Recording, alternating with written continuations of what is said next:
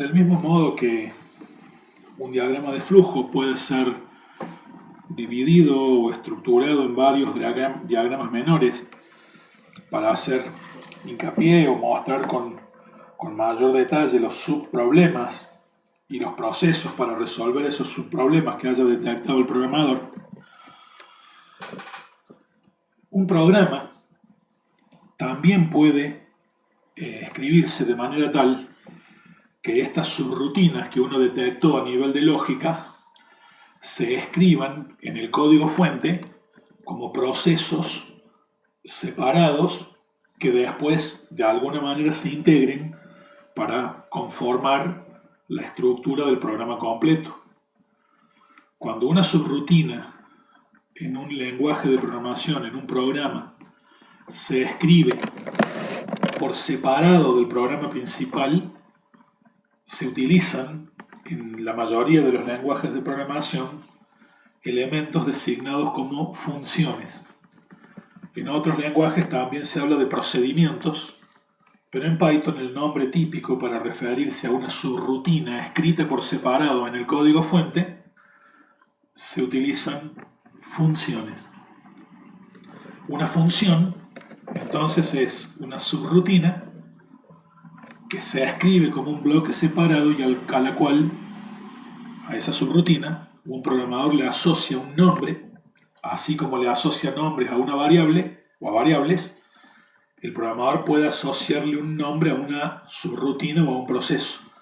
Y a partir de ese nombre, el programador puede activar el proceso que esa función representa.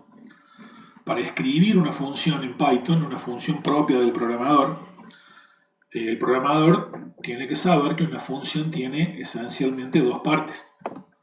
La primera parte, en la escritura de una función, es lo que se conoce como la cabecera de la función, que constituye la primera línea en la definición de esa función. Esa primera línea, o también, bueno, la cabecera de la función, es la que contiene la línea en la que el programador indica el nombre que ha elegido para esa función y otros elementos que luego vamos a ver con más detalle que se denominan parámetros, ¿sí? Que son unas variables que tienen alguna función de receptoras de datos dentro de una función. Pero por ahora lo importante es que la cabecera contiene esencialmente el nombre que el programador eligió para ella.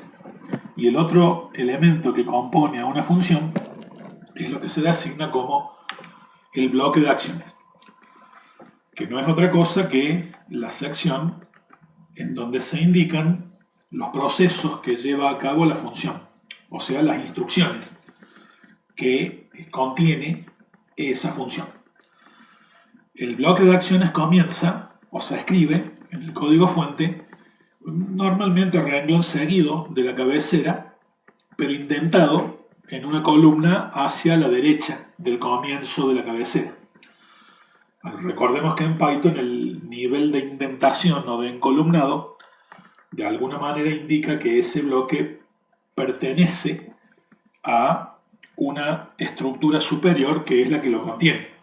La rama verdadera de un if o la rama falsa de un if a la instrucción condicional, el bloque de acciones de un ciclo al ciclo o el bloque de acciones de una función pertenece a la función. Como vamos a ver, es típico que el bloque de acciones de una función termine con una instrucción especial que se conoce como instrucción de retorno y que se escribe como return en el lenguaje Python. Podemos poner como ejemplo una función para la subrutina que en el video anterior hemos mostrado para encontrar el menor y el mayor de entre dos números A y B. En la placa estamos mostrando la estructura de una función cuyos detalles y forma de funcionamiento vamos a ver con más rigor a lo largo de este video. Pero mientras tanto, a nivel de presentación, digamos que la función que estamos presentando aquí se llama ordenar. La primera línea que está escrita en este gráfico, que comienza con la palabra def y continúa con el nombre de la función ordenar, esta primera línea es la cabecera de la función. Los paréntesis ubicados inmediatamente del nombre contienen la designación de dos variables, a y b en este caso, que reciben el nombre de parámetros, o en términos más detallados, parámetros formales de la función, y ya vamos a ver qué utilidad cumple.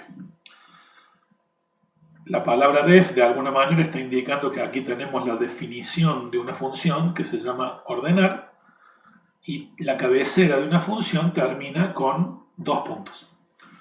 Lo que sigue a continuación, a renglón seguido y hasta el final, es lo que se conoce, como dijimos, como el bloque de acciones de la función. Observen que este bloque de acciones está escrito encolumnado hacia la derecha, indentado hacia la derecha, indicando pertenencia de este bloque a la función cuyo nombre es ordenar. Las instrucciones que se escriben a continuación reflejan el proceso que se supone que la función tiene que llevar a cabo. Y aquí, para ordenar las ideas, hagamos rápidamente una pequeña explicación.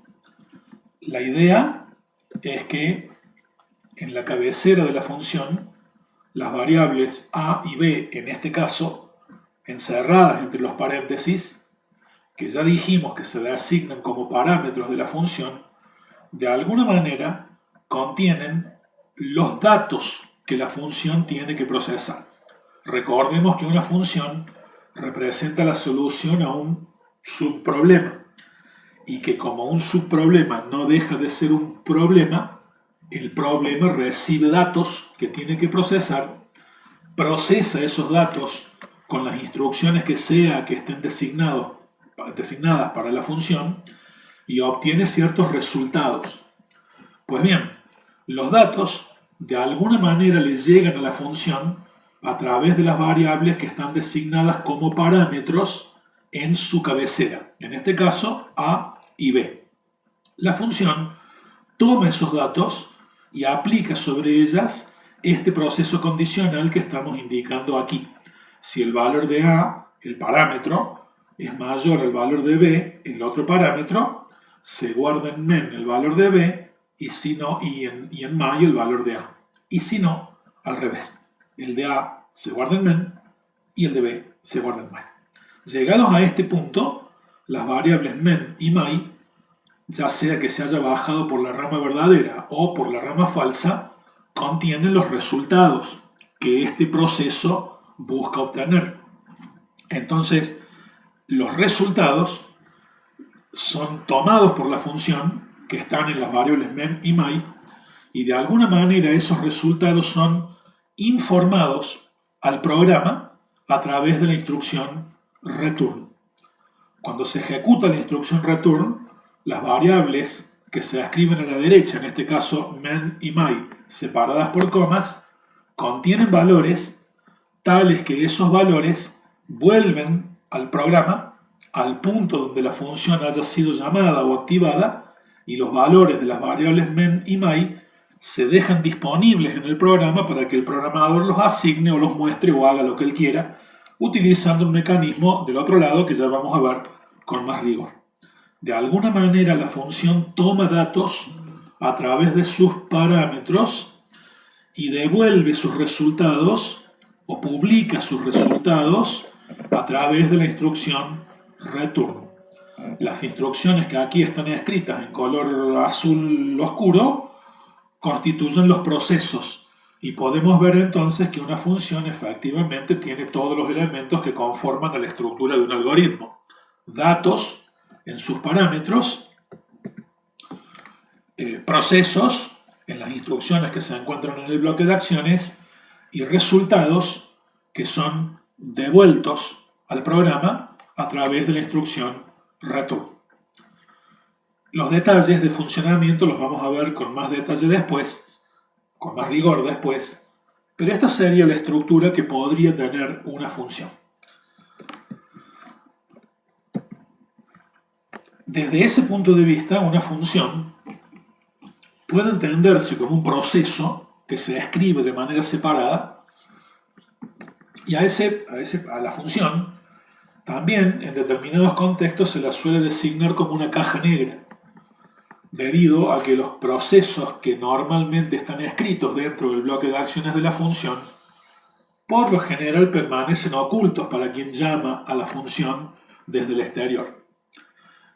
Lo de caja negra tiene que ver con esa imposibilidad de ver qué procesos hay allá adentro, aunque yo puedo saber que una función acepta entradas o datos que se le envíen a la función a través de sus parámetros.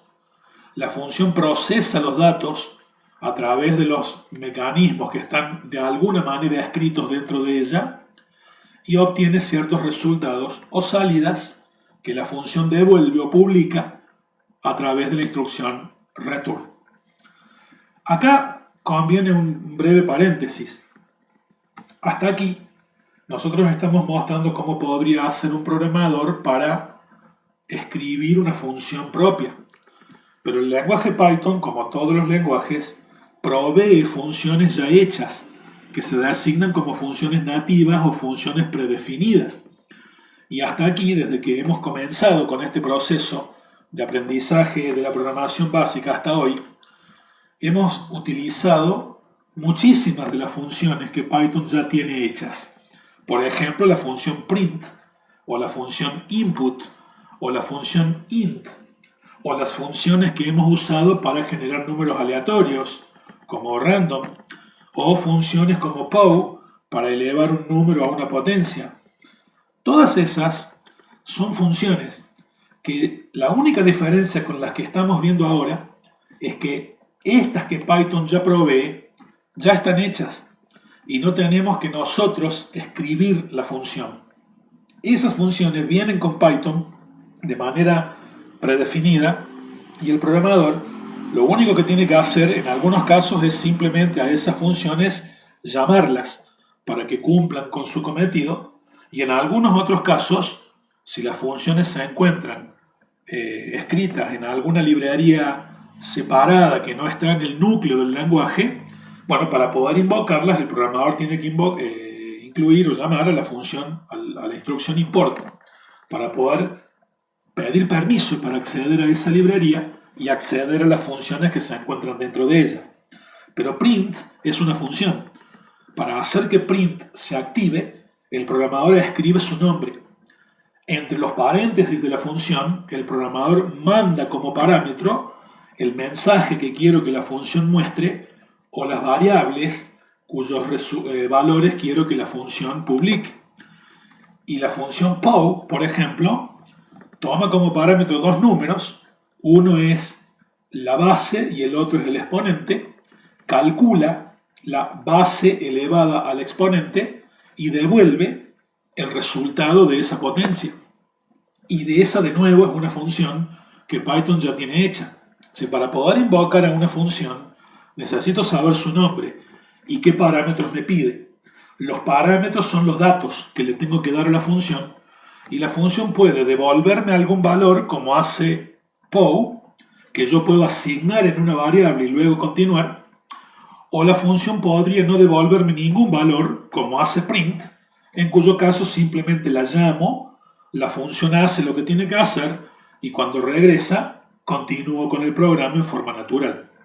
Lo mismo va a pasar con las funciones que nosotros estamos definiendo ahora y la única diferencia va a ser que las funciones que estamos nosotros definiendo van a ser funciones nuestras, funciones del programador, pero en su funcionamiento y en su forma de activación y en su estructura no van a tener ninguna diferencia con la forma de funcionamiento y estructura, la mecánica de funcionamiento y estructura de las funciones nativas o predefinidas.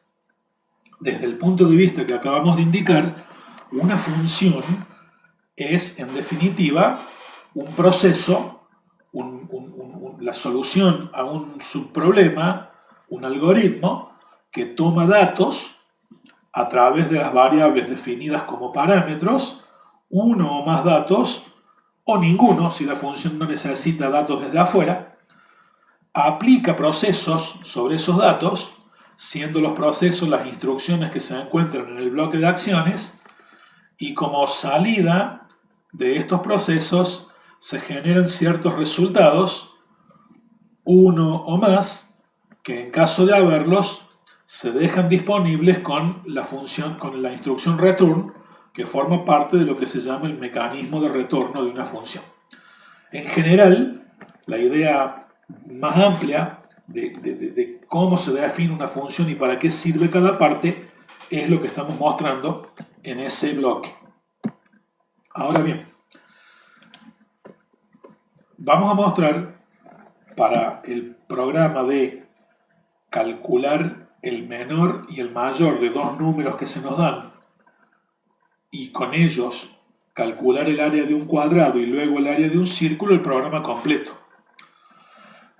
Aquí estoy mostrando en este bloque que en este momento presento una función, observen bien, que se llama ordenar, la misma que presentamos hace un rato, pero he cambiado algunos nombres de variables, lo cual no impacta en el funcionamiento de la función.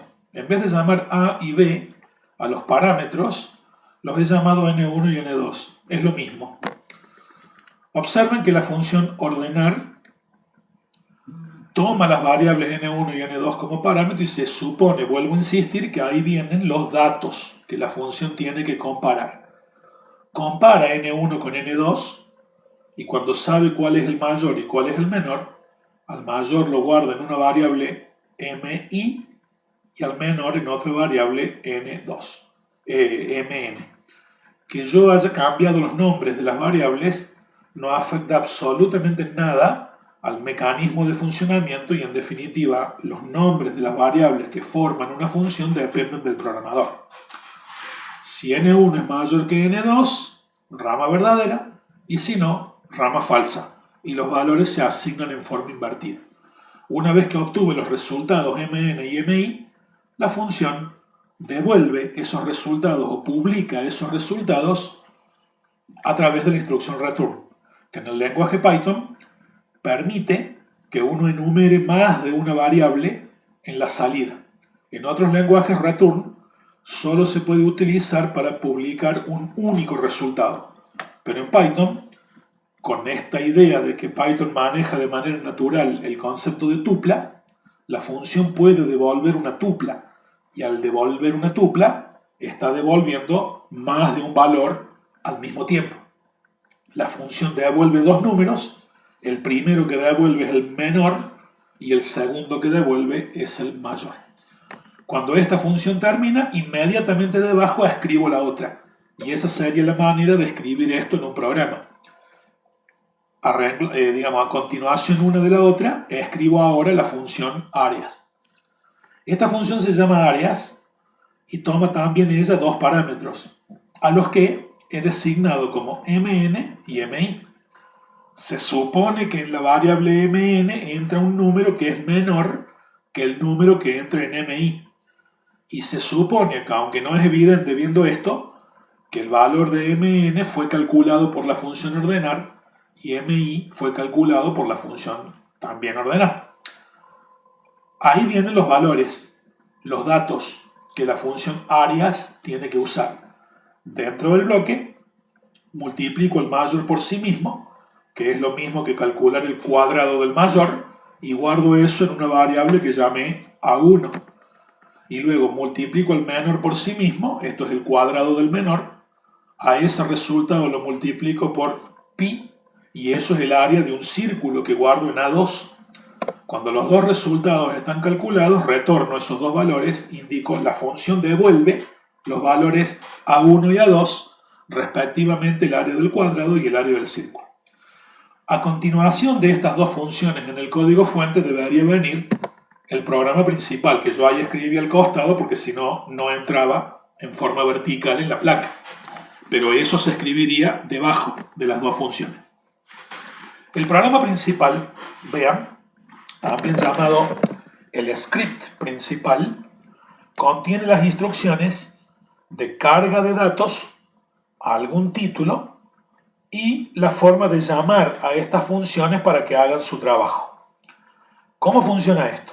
El programa arranca, muestra en pantalla un título con esta llamada a print y luego pide que se cargue por teclado el primer número en la variable que aquí llame A, otro número en la variable que aquí llame B. Y observen antes de que siga que aquí print, el programa está llamando, está activando la función print. Print no es una función que hayamos escrito nosotros, viene dada en el lenguaje, pero lo que quiero que observen es cómo la activo. Escribo su nombre y entre paréntesis mando los datos que yo necesito que esa función procese.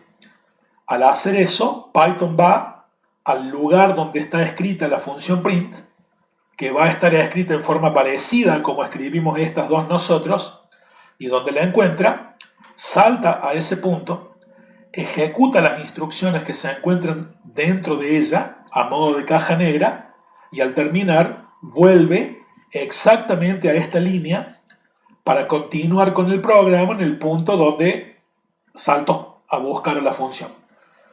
A continuación se llama la función input, que también es una función.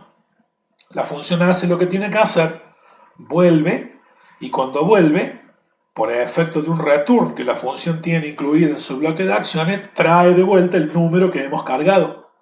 El número que hemos cargado, a su vez, se pasa como parámetro a la función int, que lo convierte a número entero, y al valor convertido a entero se lo asigna en la variable a por efecto de este signo igual. Lo mismo pasa con la carga de datos del segundo número b.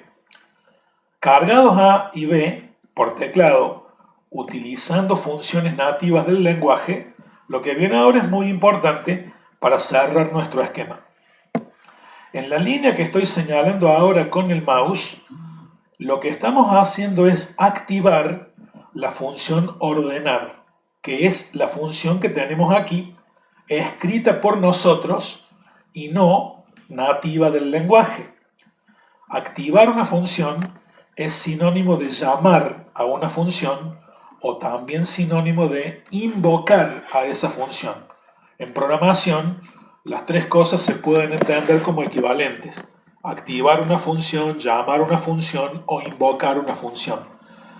En la jerga típica de los programadores, quizás la palabra más común para referirnos a esta acción es llamar a la función. Cuando Python encuentra esta línea, lo que hace es verificar si existe una función nativa que se llame así. Como no hay ninguna función ordenar en las librerías del lenguaje, busca arriba de este programa si alguna de las que definí acá se llama ordenar. Si no encuentra ninguna, tira un error de función no definida. Pero si la encuentra a la función ordenar, lo que ocurre a continuación lo vamos a explicar ahora de manera rápida, pero después con más detalle. Lo que ocurre a continuación es lo siguiente. Automáticamente, y sin que el programador tenga que hacer más nada que lo que está escrito acá, nada más, Python toma el valor de la primera variable que está escrita entre los paréntesis de la invocación a la función, que en este caso es a, y al valor de esa primera variable lo asigna de manera automática en el primer parámetro que está declarado en la cabecera de la función. Vale decir que si aquí se cargó por teclado el número 4 en la variable a y luego en b se cargó por teclado el número 2, cuando llamamos a la función a vale 4 y b vale 2. El 4 que vale a es automáticamente asignado en la variable n1, que de ahí en adelante y hasta que la función termine vale 4. El valor de b, que en el ejemplo que acabo de dar sería 2, es automáticamente asignado en la variable que sigue de la cabecera de la función, que en este caso es n2. Por lo tanto, en este ejemplo, si b valía 2, la variable n2 quedaría valiendo ella también 2. Cuando esas asignaciones automáticas fueron realizadas, estas dos variables n1 y n2 valen lo mismo que valían estas dos del lado del programa. Y la función lleva a cabo el proceso que el programador indicó pero no aplicado sobre estas dos variables a y b, sino sobre las dos variables que la función tiene definidas en forma interna como parámetros, que al fin y al cabo son copias de aquellas dos. Buscar el mayor entre a y b en el contexto que acabo de describir es lo mismo que buscar el mayor entre n1 y n2. Por lo tanto, cuando acá se aplica este proceso, la función está comparando el 4 con el 2. Si 4 es mayor que 2, pregunta aquí, activa la rama verdadera. Y en ese caso, el 2 que vale n2 lo asigna en mn y el 4 que vale n1 lo asigna en mi. La rama falsa se saltea y las variables mn y mi quedan valiendo respectivamente 2 y 4. Cuando llegamos al punto de la línea return, esta mn, insisto, vale 2 y esta mi vale 4. La instrucción return provoca que la función termine de ejecutarse en ese momento. Return es como una orden que se le da a la función para que finalice su ejecución. Pero además de decirle función quiero que termines, esta instrucción provoca la vuelta al punto del programa en donde la función fue invocada y al volver, los valores de las variables que a la derecha de return fueron indicados, mn y mi, vuelven con la función. Cuando se regresa al punto, por efecto de ese return, en el que la función fue llamada, los valores de las variables mn y mi, que en este caso son los informados a la instrucción return, vuelven con la función y son asignados por efecto de este signo igual que está acá, el operador de asignación, en las variables que el programador puso del lado izquierdo, en el orden en el que fueron indicados aquí. Cuando la función regresa, el valor de mn, que sería un 2 en el ejemplo, es asignado en la variable men. Y el valor de mi, que en este ejemplo sería un 4, es asignado en la variable my. Con lo cual se cierra todo el circuito. Aquí llamo a la función, los valores de estas variables se asignan en los parámetros, la función opera con los parámetros, de ahí los datos, y cuando termina los resultados son devueltos a este punto para que sean asignados en el orden en el que salieron en las variables que están indicadas de este lado. Por lo tanto, cuando la función ordenar vuelve, men quedaría valiendo 2 y my quedaría valiendo 4 si en A y en B se cargaron un 4 y un 2. Ahora bien, cuando volvemos, lo que hace este programa ahora hace lo mismo, pero llamando a la función áreas. Cuando llamo a la función áreas, Python hace de nuevo lo mismo. Se fija que exista tal función, entre las nativas no, pero entre las funciones del programador acá hay una que se llama así. Si esa existe, aplica el mismo trabajo. El valor de la primera variable que puse acá, men, que sería un 2, es enviado y automáticamente asignado en esta variable que se llama mn, figurando en la cabecera de la función. Esta mn valdría entonces 2. El valor de my, que en el ejemplo sería un 4, es también automáticamente enviado a la función y asignado automáticamente en la variable mi, que a los efectos quedaría valiendo 4. Con esas dos variables aplica estas dos fórmulas y obtiene los valores de A1 y A2. No importa cuáles sean esos valores, cuando los termina de calcular, este return hace lo mismo que hizo este otro. Primero, da por terminada la ejecución de la función.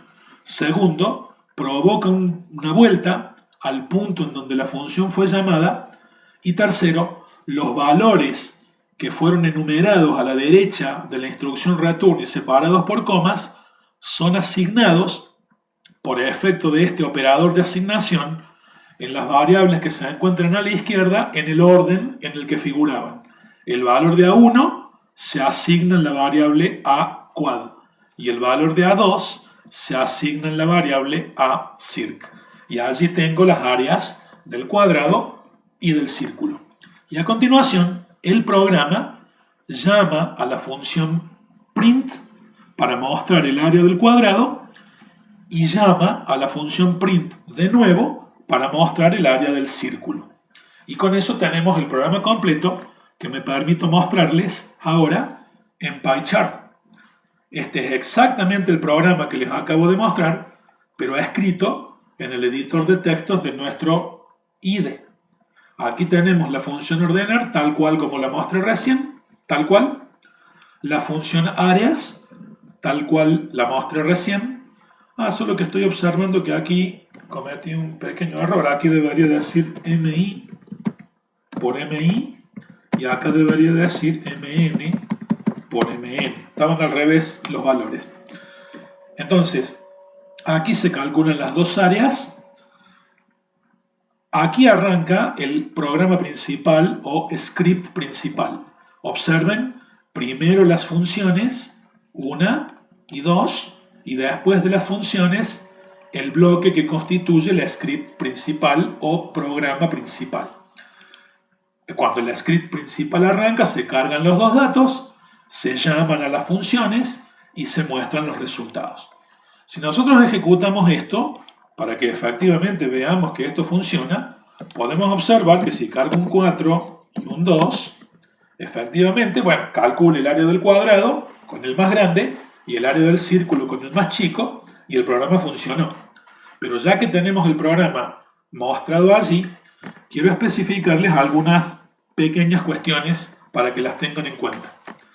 Si se llama a una función como aquí llamo a la función ordenar o a la función áreas, la función que estoy llamando tiene que estar definida, tiene que estar escrita antes de la línea en la que llamo a esa función o de la línea en la que activo a la función. Por ejemplo, si aquí la función áreas que estaba definida ahí arriba sale de allí y en vez de estar allí la escribo debajo del script principal, así como se ve, quiero que observen que antes de que yo intente ejecutar este programa, la palabrita áreas, esta en la instrucción en la que llamo a la función, PyCharm ya la subraya en color rojo y cuando de alguna manera apoyamos el mouse allí, nos pone un hint, una ayuda de contexto en la que, insisto, antes de ejecutar el programa, ya nos está diciendo que ahí tengo una referencia o un nombre, áreas, que no está resuelto, no existe. No sabe dónde está ese nombre en particular. Intento ejecutar este programa y mi programa va a fallar, como podemos ver a continuación. Cuando empieza, cargo el valor 4, cargo el 2. Cuando apriete Enter se va a invocar la función ordenar y esa va a funcionar. Pero cuando intente llamar a la función áreas, nos va a ocurrir lo que se ve aquí. En la línea 21 nos está dando un error de un nombre no definido, como como el nombre de la función áreas. Si nos vamos, la línea 21 es justamente la línea en la que se invocó a la función, pero la función está definida debajo. Este es un detalle que tienen que considerar para cuando diseñen un programa basado en funciones. Antes de llamar a una función, la función tiene que estar escrita arriba de ese lugar. De hecho, si la función áreas de alguna manera tuviese en su interior que invocar a la función ordenar, entonces ordenar tiene que estar definida arriba de la función áreas y viceversa. Como en este caso la una no llama a la otra, no importa en qué orden las pongan, pero sí hay que tener cuidado en el script principal. Y otro detalle que quiero señalarles antes de volver a la placa es que lo que nosotros llamamos script principal, este segmento de programa que ustedes ven allí, en general es ese bloque de código, este bloque de código, que no está escrito adentro de una función. Si ustedes se fijan, lo que estamos viendo allí es un conjunto de instrucciones sueltas, como hasta ahora hemos hecho todos nuestros programas. Recién hoy hemos aprendido a encerrar bloques de código dentro del ámbito de una función. Pero ese bloque de instrucciones que no queda encerrado dentro de una función, constituye de ahora en adelante lo que nosotros vamos a llamar el script o programa principal. Y esto es importante considerarlo por lo siguiente. Nuestro programa completo en este momento tiene este bloque, el script principal, este bloque, que es la función alias, y este otro bloque, que es la función ordenar. Si yo le pido a Python que ejecute este programa, si acá le digo run, ¿cuál de los tres bloques es el que Python va y busca para ser el primero en ejecutarse? Hasta ahora, nuestros programas tenían un solo bloque, que era el script principal y nada más. Pero ahora nuestro programa, en este caso, está dividido en tres bloques. Cuando le digo Python, quiero que ejecutes este programa, ¿cuál de los tres es el que ejecuta? No puede haber duda en ello. Lo que Python ejecuta, cuando le digo que lo haga, es el script principal. Python busca el bloque de instrucciones sueltas que no pertenece a ninguna función y comienza la ejecución con ese bloque. Cuando comienza la ejecución, el programa activa este print y muestra el título, como pueden ver aquí. Luego activa esta carga por teclado del valor de A, que podría ser el 4, que estoy cargando ahora. A continuación activa la carga del valor B, como podría ser el 2, que estoy cargando ahora. Y cuando doy Enter allí, el programa activa o llama a la función ordenar. La función ordenar hace los cálculos que ya indica y devuelve el menor y el mayor en ese orden. A ese menor y a ese mayor los asigna en las variables men y my. Luego invoca la función alias, esta que se ve aquí. El valor de men es asignado en la variable mn y el valor de my es asignado en la variable mi. La función calcula las áreas y las devuelve, primero la del cuadrado y luego la del círculo, y las asigna en las variables a quad y a circ. Y a continuación se ejecutan estos dos prints para mostrar los resultados del programa en la pantalla, como se ve en el ejemplo que tengo allí. Ese sería el esquema de funcionamiento general de un programa que incluye funciones. Que para cerrar esta presentación inicial, podemos ahora resumir. Por cada subrutina que el programador haya detectado, se plantea o se debería plantear una función separada. Esas funciones deben escribirse antes del script o bloque de código que las invoque. Por eso en nuestro programa el script principal está al final del código fuente. La línea men, my igual ordenar a, b procede a invocar o activar o llamar a la función ordenar. En ese momento el programa ejecuta las instrucciones que están dentro del bloque de acciones de la función.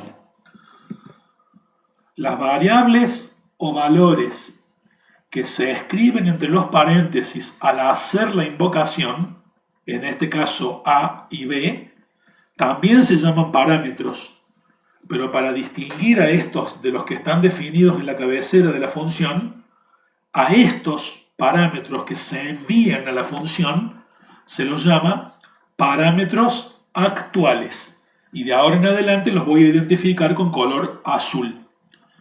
Sus valores son automáticamente asignados en las variables que la función tiene declaradas entre los paréntesis de su cabecera, que como ya vimos, se designan como parámetros formales. En el ejemplo que mostré en PyCharm, las variables A y B son los parámetros actuales que se le envían a la función ordenar cuando la misma es invocada. Y como dije, los valores de esas dos variables, las actuales, son automáticamente asignados en las variables que la función tiene definidas en su cabecera, que se designan en general como parámetros formales. El valor del parámetro actual A se asigna en el parámetro formal N1 y el valor del parámetro actual b se asigna en el parámetro formal n2. Esa es la manera como en general funciona el mecanismo de paso de parámetros al invocar a una función. Podemos mostrar de manera esquemática, con una gráfica, todo el proceso completo de invocar a una función, el paso de parámetros y el retorno. Esta gráfica busca ilustrar ese esquema y toda la vuelta completa del círculo desde que se invoca la función hasta que regresamos. Supongamos que tenemos nuestra ya conocida función ordenar, tal cual la vimos en el esquema en el programa en PyCharm. Y supongamos que este pedacito que está acá abajo es la parte de la script principal mediante la cual invocamos a esa función. Supongamos que tenemos asignado en la variable a el valor 3, en la variable b el valor 6. Y ahora invoco o quiero invocar a la función ordenar. Llamo a la función y me fijo que la función me está pidiendo tiene declarados en su cabecera dos parámetros formales. Por lo tanto, yo acá tengo que escribir dos valores que pueden ser dos números directamente escritos o dos variables que contengan a esos números para que estos valores sean asignados en las variables que la función tiene definidas en su cabecera. Entonces, al llamar a la función ordenar, le digo aquí cuáles son los datos que yo quiero enviarle a la función para que ella procese. Y le digo primero el valor de A y luego el valor de B. La variable A, según lo que se ve aquí, vale 3 y la variable B vale 6. Como estas variables están encerradas entre los paréntesis de la función al llamarla, estas dos reciben en general el nombre de parámetros actuales y vuelvo a insistir, los he resaltado en color azul. Si todo está bien, ¿qué va a hacer Python? Al valor del primer parámetro actual, el 3 contenido en la variable A, lo va a asignar de manera automática en la variable formal n1, que queda valiendo 3. El valor de B, que era 6, se asigna automáticamente en el segundo parámetro formal n2. Insisto, a los efectos, estos dos parámetros formales contienen los mismos valores que tenían los parámetros actuales del lado del programa. De ahora en adelante sigo en rojo, porque estoy dentro de la función mirando desde la óptica de los parámetros formales. Con n1 y n2 valiendo 3 y 6, la función hace los cálculos, entra por el else, al valor n1 que es 3 lo guarda en mn, al valor n2 que es 6 lo guarda en mi. Estas dos variables, como insisto, conforman los resultados y como en este momento la función ya no tiene más nada que hacer, tiene que terminar. Termina llamando a la instrucción return y pidiéndole a la instrucción return que deje disponibles los resultados que están en las variables mn y mi respectivamente. Esos dos valores, mn valiendo 3 y mi valiendo 6, vuelven al programa por efecto de la llamada a la instrucción return que activa lo que se conoce como el mecanismo de retorno cuando la función terminó. Por efecto del mecanismo de retorno, el programa regresa al punto donde la función fue llamada, y acá se cierra el círculo, vuelvo a insistir, y los valores que salieron con la instrucción return, mn y mi, este 3 y este 6, se dejan disponibles para que a través de este signo igual, a través de este operador, se asignen en las variables que el programador haya dispuesto del lado izquierdo de ese operador. El valor de mn, que es el primero que sale, se asigna en la variable men. Y el valor de mi, el segundo, se asigna en la variable my. Esto muestra el proceso completo de acuerdo al cual la función funciona, la función opera. Así trabaja todo el mecanismo de parametrización y de retorno cuando es activado.